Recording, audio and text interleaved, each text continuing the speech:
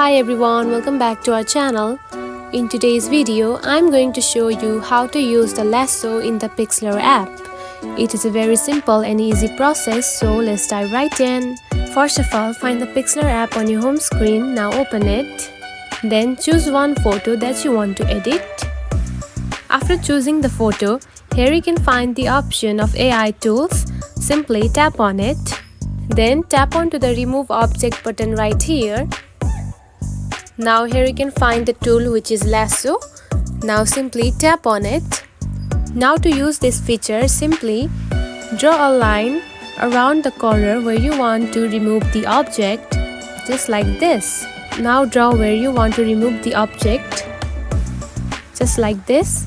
And after drawing it, simply tap on to remove object right here. And wait for a few seconds. And now you can see the object has been removed. And that's it. This is how you can use the lasso feature on the Pixlr app. If you found this video helpful, don't forget to like and subscribe for more tips. Thanks for watching.